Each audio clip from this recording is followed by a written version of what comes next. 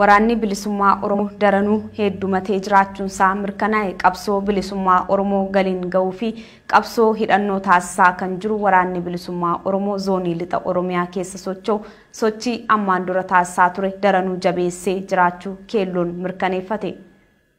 Qabsoo bilisummaa Oromoo galiin ga'uu fi garboonfataa qawween dhufu qawween deebisa jechuun qabsoo hidhannoo taasisaa kan jiru waraanni bilisummaa Oromoo zoonii lixa Oromiyaa keessa sochii ammaan dura taasisaa ture daranuu jabeessee jiraachuu keelloon odeeffate. Waraanni riphee loltummaan uummata isaa cina dhaabbachuu beeksisaa ture kun dagaaguu fi gabbachaa adeemuunsaa uummata Oromoof abdii ta'uusaas ibsamaa jira.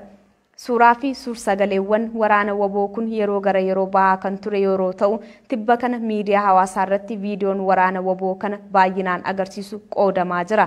Qaamoleen mootummaa waraana kana balaaleffachuu irra taranii kan lola hamaa waggaa dheeraaf irratti gaggeessaa jiran maqaa garaagaraa itti moggaasuun waamu. Waraana bilisummaa Oromoo fi uummata Oromoo biratti ammoo waraanni kun waraana shiftaa yookiin balleessituu utuu hin taane qabsaa jaalala sabaaf biyyaa qabu agarsiisuuf lubbuu kenne qabsoo irra jiru ta'uu dubbatu.